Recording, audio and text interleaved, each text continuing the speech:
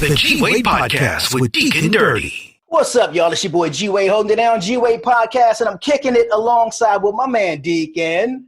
Dirty. And we got a special guest on this Zoom today.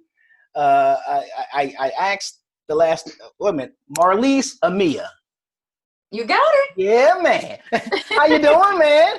I'm good. How are you? I cannot complain. I'm doing well. I thank you for taking the time to hang out with us right here. Oh, thank you for having me, especially under all these circumstances. You know, I would have loved for you to have been able to come into the studio, but I understand, you know. Yeah, definitely. It's crazy in these streets right now. Just a little bit. Just a little bit. Now, as we spoke a little bit off air, we're conversational. So it's not so much a Q&A, more okay. So who are you? And so what I did discover is you are from my neck of the woods. Yes. The D.C. And you are officially D.C. Not DMV, but D. No. Yes. Yeah, yes, man. The original Chocolate City, baby. There it is. You already know. That's what's up. So how was it for you growing up in D.C.? I loved it. There's nothing like it. Right. And I have had the opportunity to travel the world. And there is nothing like growing up in D.C., having so much accessible to you. Absolutely.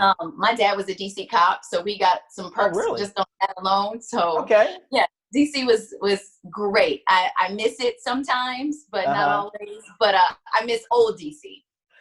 I do too. It's been a little while since I've been back. Every time I go back, I'll go down Kennedy Street, and I'm like, what is this? How did this change? Oh, gentrification is a-coming. You know what I'm saying? It's afoot. You know what I mean? Oh, what elementary school? So I went to elementary school actually in PG County. So I went to, St. Bernard's in Riverdale. Okay. And then Beltsville Academic Center out in Beltsville, because that was a magnet school. You remember the whole magnet program? I remember the magnet, yeah, absolutely. So my mom and dad are big on education, and so dad slept in his car for 3 days to get us on the wait list for magnet school. Yes, 3 days. That's a movie. Listen here, I remember taking him Popeye's chicken. Oh, that's while funny. He slept, just to get us a number to get on a wait list for several months. So, how awesome is that? Wow. Yeah. Shout out to the sacrifices of parents, huh? Absolutely. And what junior high did you go? I went to Andrew Jackson in Suitland. Wow. So again in the magnet program. Okay. Bounced all around. Y'all see where this is going. All the intelligence is what she's speaking about right now. Listen, mom and pop did not play that. I see. Education was huge and still is. It still is. Now wait a minute. So there weren't any in DC at this time? Anyway. Like magnet schools, because you're talking Maryland. Okay. No, DC had charter schools. Charter, you're right. That's right. Yeah. So Maryland, and at the time, so my parents had a condo in DC and then had a house in Maryland. So the first part of my life, I was in PG County. The second part, I was in DC. So I kind of split between the two. I got you. You had the best of both worlds. Yes. Former Miss PG County, all of that kind of stuff. And that is what's up. Yeah. We'll get into all of this. Yeah. Now, this is what I wanted to talk about, because when I saw this, I was like, that's because my brother went there to Duke Ellington. Where? Really? He did. He went there for his first year. Okay. And I remember he used to bring home this big tuba, this real big tuba. He went there for his first year, then he transferred to Roosevelt High. In Greenbelt? No, in DC. Okay. Theodore Roosevelt. Okay, got it. Yeah. Okay. And That's so what's up. you went to Duke Ellington. How was that for you? Phenomenal. Some of the best years of my life, like the memories that I have of the things that I got to do and accomplish just by being at Duke Ellington, just unbelievable. I think when people ask me about my teenage years, I have a completely different experience just because I went to Ellington. So that's like a fame, what's that, Deborah Allen fame moments for you. Yeah, Debbie Allen. Debbie Allen, yeah.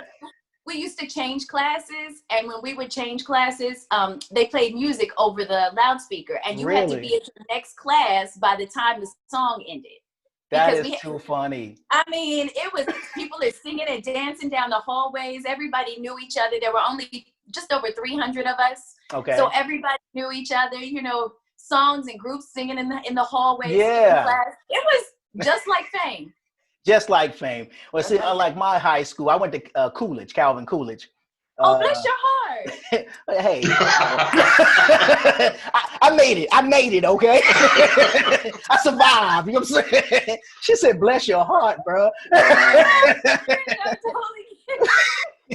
No, that's better than you saying, if you'd been like, I went to Eastern, I'd be like, oh, I got to go. Eastern or Dunbar or Anacostia. Yeah. No, I went to Coolidge and I made it. You know what I'm saying? But we were, dang, I think this was a school filled with about 2,000 students. At Coolidge? Coolidge, yeah. If I'm not mistaken. I could be wrong, but it felt like it was about 2,000 if I remember. So 300, that's like your friends. Your graduating class. Exactly, right? Your graduating class, exactly. That's crazy. Yeah. So what was your, what was the thing that got you? Because clearly arts is your thing. But what was it? What was that defining moment or that awakening moment that you said, this is what I want to do? Were you singing in the tub one day or dancing in the hall of boots? You know what? It is actually it was my 6th grade class trip to New York. Okay. And so, you know, you did your class trip and we went to New York that same day. I will never forget it. Sammy Davis Jr. and Jim Henson both died that day. Oh, wow. I don't even know. That day, that just sticks out in my mind. You know, yeah. But we go to New York and we saw the musical Cats. Okay. Now, people either love Cats or they hate it because it's really cheesy. It is traditional musical theater. But when I tell you, I watched those people on stage and I said, my dad went with me because they didn't let me go anywhere without a chaperone. Right.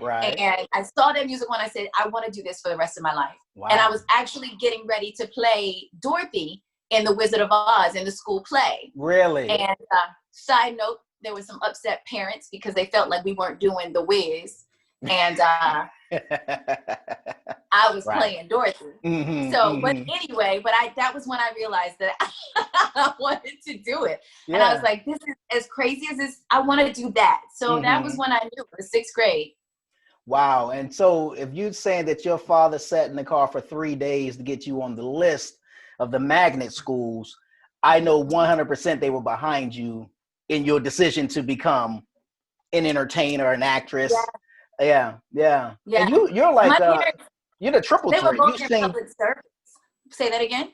I'm sorry. You were saying you said they were both what? My parents were both in public service. My dad was a DC cop, as I said. My what mom, district? He worked for federal government, protective services. Okay. So since you know DC, the Reed Center, 14th and U. Of course, yeah, dope. That was his primary place, but he bounced all over because he used to guard Marion Barry, a bunch of the council. The only mayor of DC. Sorry to the new mayor of DC, but Marion Barry is the only mayor of DC. I know, it's so funny because when people are like, "Oh, that was the crackhead mayor," I'm like, "Don't you talk about him? Don't relax." Yeah, watch yourself now. Don't do it. That man did a lot for the community. Be upset if you want to, but he was very community driven. So I got my summer job through the summer job program with Marion Barry. You know what I'm saying? So I'm indebted to him. Listen, summer jobs paid well. Absolutely, they did. $15 an hour at United States Information Agency in the 90s. But it's funny. My path, I'd imagine, must have been laid out because my summer job through that program was in radio. Oh, so this was where? It was at what's the public access downtown by Gallery Place? WPFW. Does that sound right? Is that the one? It's the one where what's my man where they did the movie, Deke? Don Cheadle played him. Sheesh. Oh, the guy that was Petey Green. It was at that Yes. station, right? Okay. Yeah. Mm-hmm. That's what's up. Yeah, and I went to school with his son and daughter, Petey Green's son and daughter. Okay. Yeah, yeah. So knew that this is what you wanted to do, and so Yeah. what was your first out after Dorothy? What was the what was the trajectory? What led you? What was the path? Oh my gosh. So after Dorothy, Mm-hmm. then I went to junior high and pretty much sang that the most time. I started off a dancer. I grew up a dancer, ballet and modern dance. Mm-hmm. And then, so I did that in 6th grade, went to junior high, primarily focused on choral singing, Mm-hmm. and I played flute in junior high. Cool. Junior high was hell on earth. You couldn't pay me to relive those years. Wow. And then after that, I was still dancing on the weekends. I realized that I wanted to go to Duke Ellington. There was no other place. It was either Suitland, which had a performing arts. They had performing arts magnet school. Really? They did? Okay. Yep. It was either Suitland or Duke Ellington, but I really wanted to go to Ellington because all the people I knew in Ellington were like really good. Suitland was, Suitland was cool, but I was like, Mom and Dad, can we, Oh yeah, because I want to go to, so Duke Ellington spit out like some acclaimed folks, such as yourself, Chappelle, Dave Chappelle went there. Yeah. My homegirl Edwina Finley, Yazra Really? the singer, Tony Terry, to take y'all back a little bit. Shout outs to Tony Terry. Mm-hmm. I know, right? Hey, Tony. Yeah. So there's a list, a slew. Denise Graves, who's a famous opera singer. That's right. This goes on and on. So yes, I knew I wanted to go there. Suitland was cool, but that's my key. Right. And I started off as a dancer. Mm-hmm. And I didn't know that there was this first year rule that in the dance department you couldn't perform. You could only focus on dance. That was it. Well, I also was an actress and singer, and so there was a group at the school that let you do all three. And Gotcha. I got involved with that group, and our ballet mistress, Miss Welters, found out that I was performing in shows. I mean, I guess I just missed the day that they talked about you're not supposed to do anything else. Right. And when she found out, she gave me an ultimatum and said, you will either be a dancer or you can go do your other stuff. Wow. And as devastated as I was, because I'm thinking, well, what about all this Broadway stuff? People sing and they dance. sing and dance, yeah. There's so much more to this. And so I left the dance department. Well, kind of got put out, but whatever. And went to the vocal music department because they said, if you come here, you can do it all. You can do it all. Wow. So you were moonlighting, and she said, no, we can't have none of that. Right. Yeah. That's interesting. No. And I ended up for the recital that year. She pulled me from the recital, and I had to put all the appliques, the sequins, and all the small stuff on the tutus. That was my punishment. Wow. Sorry.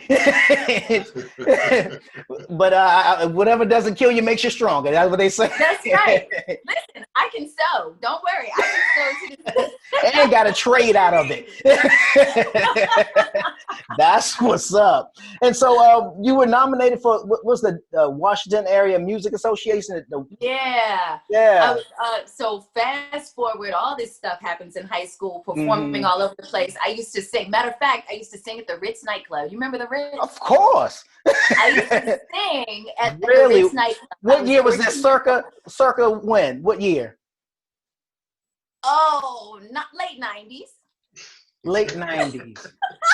Late 90s. Okay. I think I was off that scene by that time. Okay. Yeah. Yeah. I used to sing at the Ritz nightclub. I was 14 when I got my first club. Okay. Gig. What was it, Go-Go Band? Say it again. Was it with the Go-Go Band? No. It would be all kinds of just like one-offs and different nights, yeah. The top 40. Yes. Yeah. Mm-hmm. And so I used to sing at the Ritz, and one year I made my circuit. I hit a couple of different clubs and was nominated alongside Tony Braxton. So, yeah. Being 16 years old, and they're like, "Oh, you're nominated with Tony Braxton," and I'm like, "Well, I know I'm not gonna win, but the nomination is still appreciated, I'll take it. Is there a certificate? Is there a little trophy? Right. consolation, you know. Yeah, I'm okay with that. Look who I'm with. I'm okay Absolutely, with that. absolutely. And so then you went off to college to Berkeley College of Berkeley Music. College. Yeah. Wow. How was that? That's in Boston? Yeah, that's in Boston. Yeah. How was that experience? It was great. Boston was cold. Deke lived in Boston for a while. For a little while. Yeah, it was too cold. It's cold. Actually, in Roxbury. Okay. So I know exactly where, right off Mass Ave. That's where Berkeley College is. Yep. Right off Massachusetts Avenue, yeah. Yeah, I've got family in Dorchester. Okay. Okay. And then later on in my life, when I was performing with Lion King, we did 8 months there, and I lived in Back Bay. Oh, so you were right there. You were right there. Mm-hmm. That's not a bad part of town to be in, though. Not at all. But they let you know very quickly that one of these things is not like the other. Yeah. I like that. Good old Beantown. Good old Beantown. Wow. Yeah. So Berkeley was good. Berkeley, I love my time at Berkeley. I wish that I had stayed a little bit longer. I stayed 1 year, but Mom and Dad felt like I was having a little too much fun. Okay. And I said, "You're going down south, friend." Yeah, pack it up. Yeah. And that's where you went to. Where did you go after you left there? Jacksonville University. Jacksonville. A small private university in Jacksonville, Florida. the polar opposite. When I tell you, they were like, yeah, no, I literally got home from Berkeley and Mom said, you have an audition next week. You need to prepare X, Y, and Z. Your father will be driving you. Yeah. Like, I tell you, my parents did not They were on it. I see. Yeah. Now, how did they set up a performance for you? To do what? What were you performing? This is to get in? Yeah, to get in. So I always had to audition to get in. To audition to get in? Why? Yeah. So because it was a musical theater and dance program. And so you had to audition to get in. So I had to go down, audition, try to get some scholarship money, which I did. And but the next thing I knew, I was packed up in the car the next year to go to Jacksonville. Going to Jacksonville. But now Duval, the polar opposite, but definitely much better weather, and there had to be way more fun, I'd imagine. No, it's more fun being around. No. I will say this. Being at Berkeley was more fun. That's why Mom and Dad said, you going down south. I mean, great people, another small, university, like just over 3,000 people. Mm-hmm. It was fun. It was cool, but I had already lived, I'd lived a little bit. Gotcha. And to get down south and she said she's got a little taste of the good life. You got to think, you got all those other schools surrounding Berkeley too, like BU, MIT, all those other schools. So yeah. Oh yeah, definitely. Boston is known as the college town of America because of everything. You got Mass, what is it? UMass. It's everything. It's BC, BU. It's like every school is just right there. So you are partying every week. Every week. Wow. And in Jacksonville, you have like University of Florida, Jacksonville. And yeah. I don't know. I just thought my mind went to fun in the sun, I guess. Yes. I mean, don't get me wrong. I had a great time in Jacksonville. It will always have a special place in my heart because of, what eventually happened with pageants and stuff like that. But how did you get involved in that? Scholarship money. With the pageants? Here we go, back to education. So when I was a teenager, the Shriners off of U Street, just across the street from the Reed Center, they had a pageant.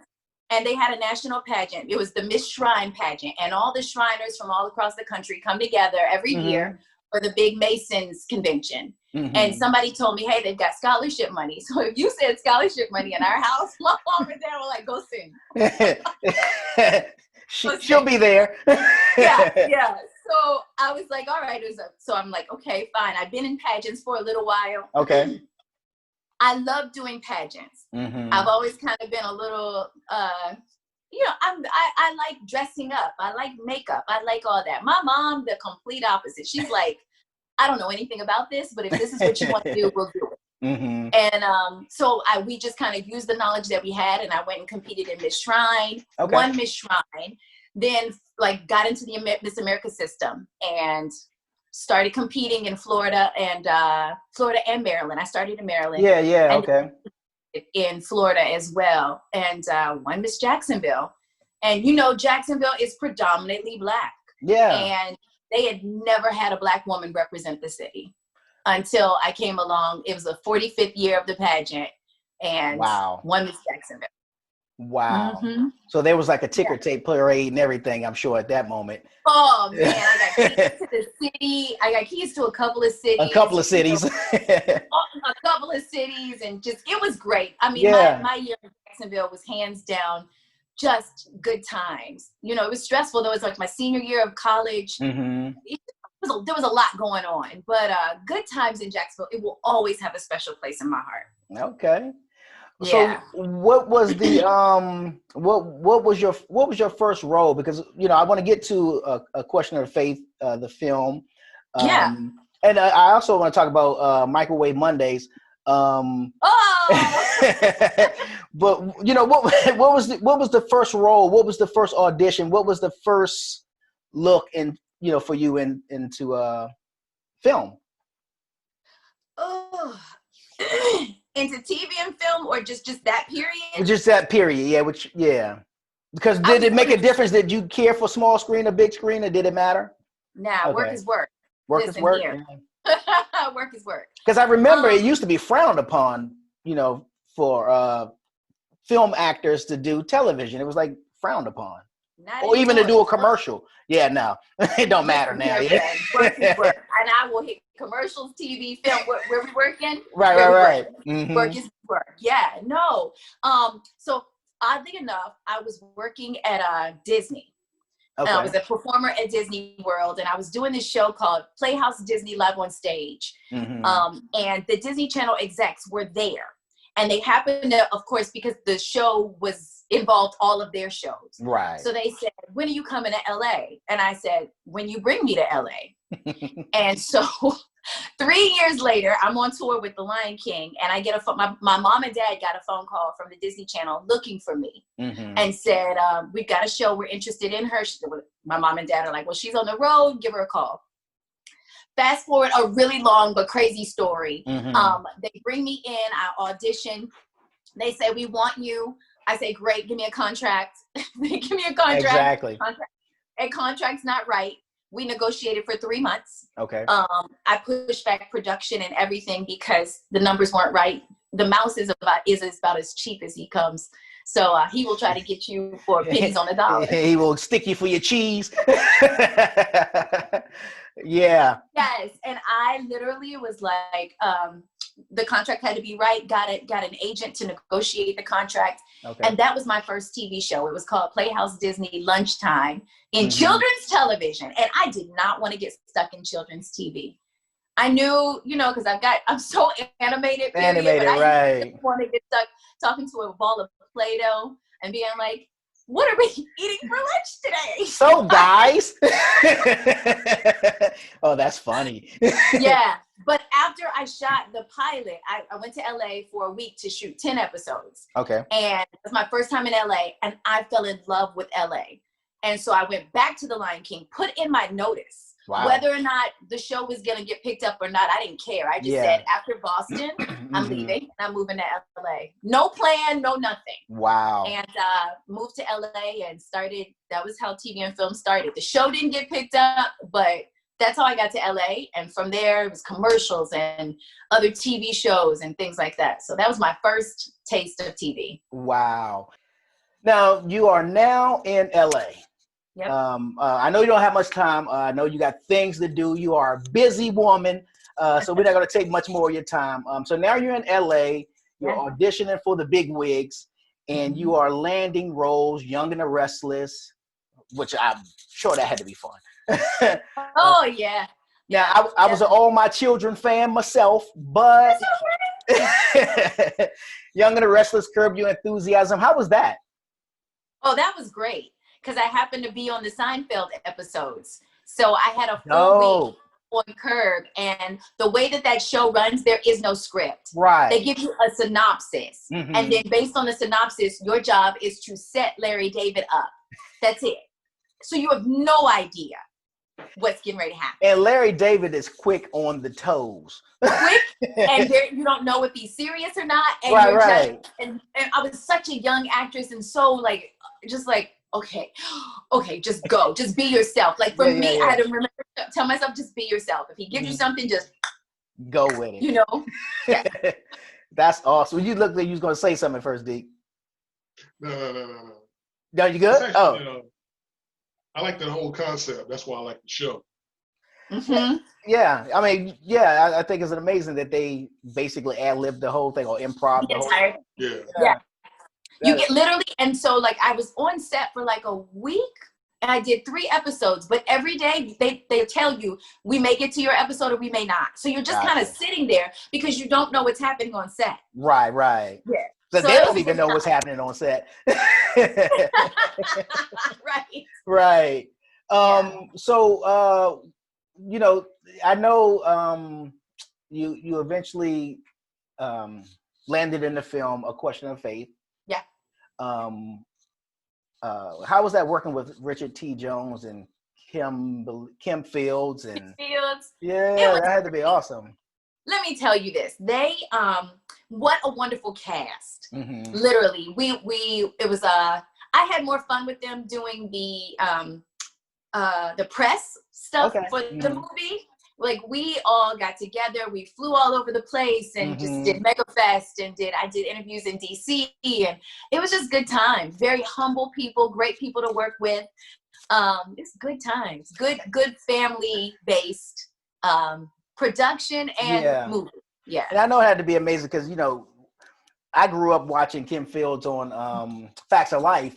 And I can only imagine standing next to her. I'd be like, this is too surreal for me. You know what I'm saying? Listen, and she is about as down to earth and homegirl as it comes. I'll tell you a funny story. We got into an Uber one night. We were in DC. We had toured the Capitol, and we get into an Uber after we had gone to IHOP for late breakfast. We get into this Uber, we squeeze in, and the guy driving the Uber sees her in his rearview mirror and loses his mind. Did he call her Tootie? Oh my God. And she's sitting there like this. Hi. Like, because she knows that he's flipping out. He's like, Tootie is in my back seat. Yeah. And he's like, it's Kim, but it's nice to meet you. And she's just as humble. And he was it was the sweetest moment. So yeah, she's very humble, very down to earth. She is who she is. Well, tell us about the movie, A Question of Faith. You played Lisa Pearl. Yeah. Tell us about the movie and your character.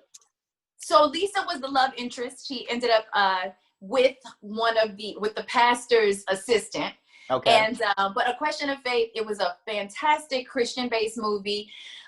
It dealt with racism. It dealt with reconciliation, because I'm not going to tell you about the movie. You got to go see it. But it just dealt with so many issues that are so prevalent in today's society. And the movie brings you to tears. Everybody who saw it, when it was in the theaters and out of the theaters, people were like, I can't believe I never heard about this movie. And you didn't tell me I needed tissue. And I was like, I tried to warn you. I don't care who you are. I saw big 6'7" men bawling their eyes out in the movie because it just touches your heart. Yeah. It's one of those. It's a feel-good film. It's good. It's good stuff. I love doing good stuff that everybody can watch. Now, is there a preference to genre, drama or faith-based? Now that I'm a mom, just anything that I'm okay with my kids watching. I have a 2-year-old and I have a 15-year-old bonus baby. Okay. And if they can watch it, I feel good about that. Surprisingly, I've done mostly comedy. Really? Wait a minute, because you've been on Hallmark and Lifetime, and they're never funny. There's always murder. it's always murder on those shows. But the Hallmark and Lifetime movies that I've done are Christmas. Oh, okay. So, yeah, gotcha.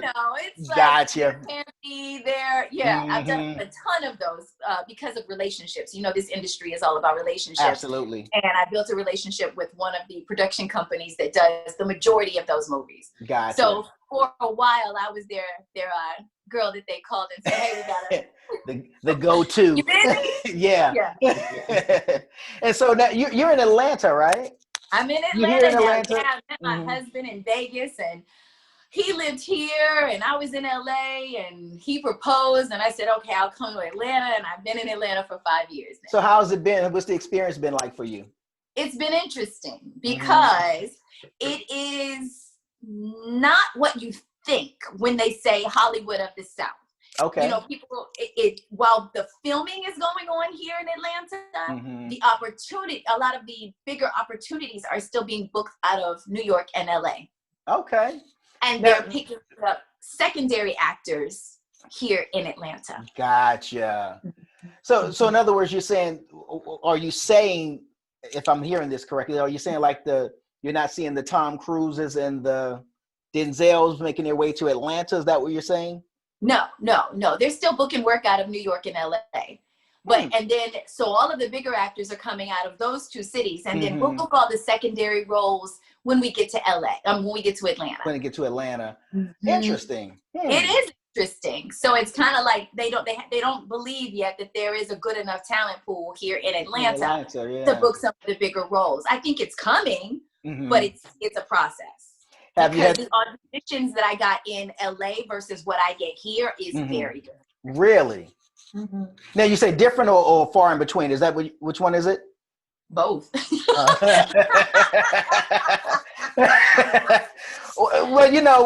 surprisingly, I worked more in LA, and I know for a lot of people they moved to Atlanta and they work more here.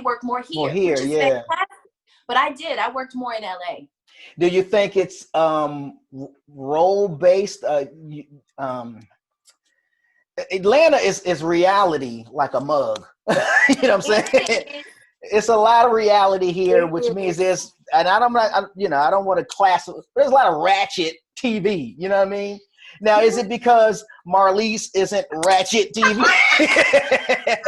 Because I see you got on the God is Dope shirt, and you know what I mean? So representing them is certainly something that I know that you do.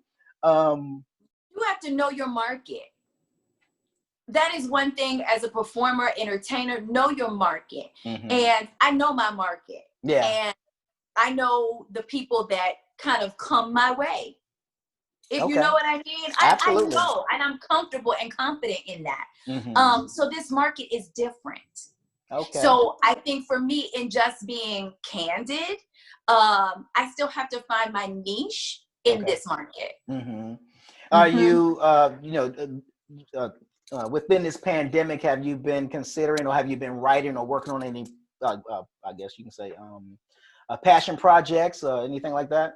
Yeah, I have been. And my husband has been on me because I've had several ideas for years, and he's like, now you ain't got nothing but time.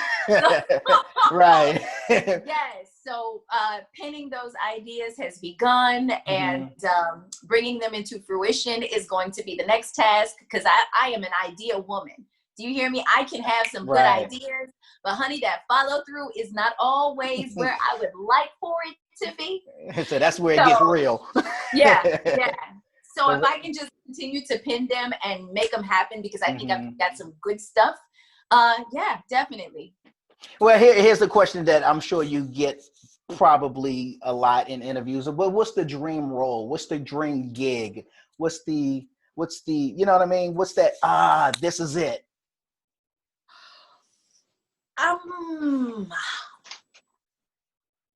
I don't live my life based on that. Do you know what I mean? I live my life based on this, whatever that may be. I'm open. I don't have like, oh, I would love to do this, or I would love to work with that person. Like a lot of people do. They always ask you, who do you want to work with? I want to work. and I want to do quality work. Yeah. Do you know what I mean? Like, because I believe that when you're on the right trajectory, those opportunities happen, and I'm so open to whatever they may be. Gotcha. And to some people that might sound like a BS answer, but I feel like you put yourself in a box. If you say, I want to, you know, I've got goals, but I want to do good work consistently. That's my goal. Yeah. You know what I mean? Yeah. So no billboards in front of Tyler Perry Studios. What street is that on, D? Saying, hey, I'm an actress here in Atlanta. Book me. Remember the young lady that did that? Yes. Who eventually got booked. She did. Yeah, she actually eventually got booked. The funny thing is that he literally was like, you know, spend your money on classes and on, you know, resources, and then hired. And then got, what message does that send? We're not going to go down that road. It says put out your billboard to get recognized. I'm working on mine. It's like, no. I know, right?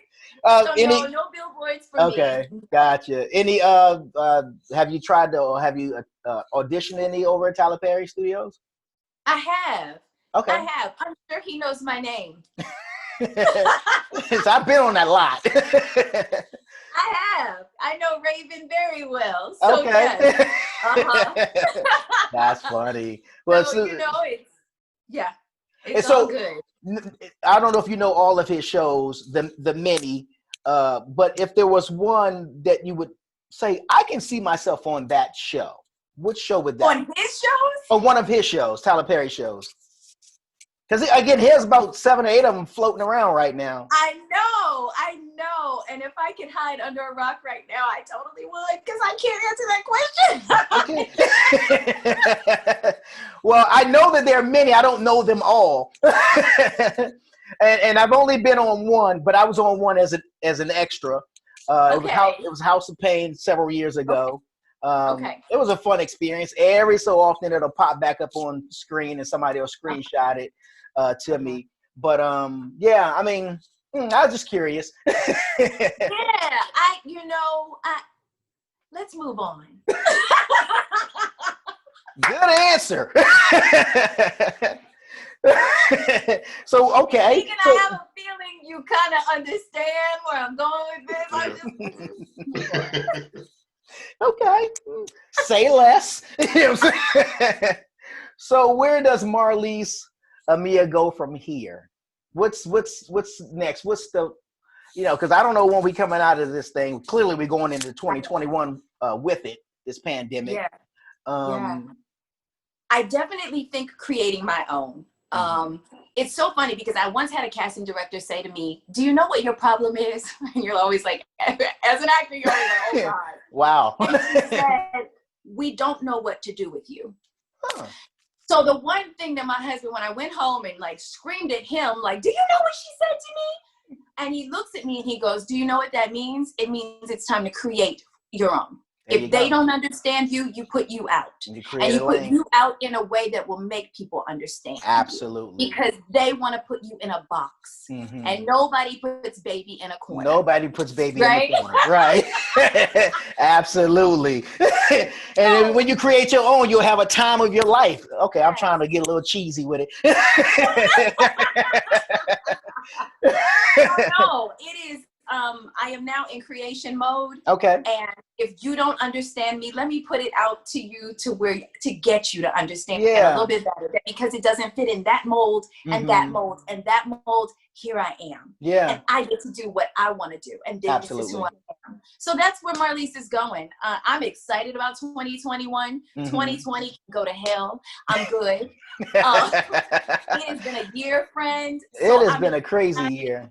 Listen, I'm so excited about what is coming, and just and getting myself out there. I literally, in the spring, I took down all my websites. I took down a lot of things because it was just time to rebrand. Mm-hmm. And little did I know there were so many other things coming where I thought that moment was the moment to rebrand. Life hit me hard. And I lost my father this year. I'm sorry to hear that. The woman who was like my second mom, and dealing with all of that loss, it hit me hard. So I've been regrouping, if you will, and rediscovering who I am. Yeah. So I look forward to reintroducing her to the world in 2021. Okay. Now, before we let you go, are you considering reintroducing Microwave Mondays? If I told you how many people ask me that all the time, yes and yes. I get, Marliss, when are you going to start that back up? When are you going to start that back up? I am. So so our audience will know, describe or explain Microwave Mondays. It is 60 seconds of goodness with me. Every Monday, I give you 60 seconds of positive energy, affirmations, and just some how-to tips on how to make life beautiful. And they come from things that I've done in my life that I know for a fact work, and things that I wanted to impart on people and share. And it's just 60 seconds of what I call goodness. Good. No podcast. You know, this is the podcast era. I know.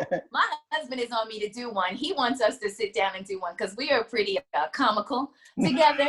And so he's been on me like, come on, let's do this podcast. And I'm like, no, he don't sound like that. Right. Whatever, but you know, but she says that's just the way I hear him. Come on, let's do this. Right. So possibly. Okay. I can see that. You have the personality. I can see it. It comes across. So I can see that if I'm listening to you, even without seeing you, I hear your personality. So good. Yeah, I'd be like, I want to know what is she talking about? You know what I mean? And if you come in with that the positivity, along with that, with the excitement that you have and the energy that you have, I think that would be very captivating, and you would draw a lot of people. Like your husband said, create it and draw them to you. Create it. Yeah. Build it and they will come. And right? They will come. Yeah. Fill the dreams. Yeah. Absolutely. Marliss, Amiea, where can people find you? Your social media and all of that good stuff. Let's see. Instagram, I'm Ms. Marliss. MSMarliss. Facebook, Marliss Amiea, Marliss, Amiea, Amiea. And then there's official Marliss Amiea. There's all this. Just Google me and you will find me. Literally. Absolutely. Google me and you will find me. Like the song said, Google me, baby. You know what I'm saying? Well, Marliss, it's been an absolute pleasure having you here on the G-Way podcast with Deacon Dirty. I would have loved, like I said, to have had you come into the studio, but I know circumstances and this pandemic ain't no joke. Yeah. But certainly when we move into 2021 and there are things that you're going to start working on, please let us know so that we can support it, shout it out, tell people all about it, bring you in to talk about it, the whole deal, man, because we just want to get behind the machine of Marliss. Oh, I definitely will. Thank you so much for having me. Absolutely, our pleasure. The G-Way Podcast. The G-Way Podcast. Bringing you the cool interviews, the hot topics, and all that other crap. The G-Way Podcast with Deacon Dirty.